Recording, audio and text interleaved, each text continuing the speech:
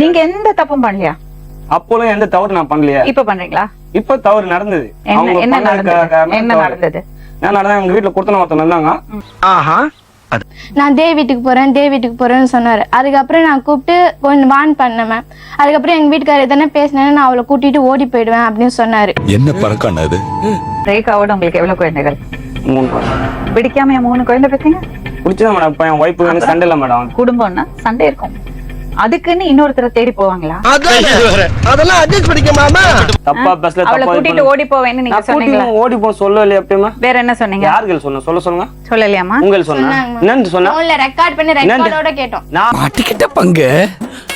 பண்ணின தப்பெல்லாம் இவர் உண்மையில அட்ராக்ட் ஆயிருக்காரு. உண்மையில உன்னை பார்த்து அவர் ஆசைப்பட்டிருக்காரு. இதுக்கெல்லாம் பேர் என்ன தெரியுமா?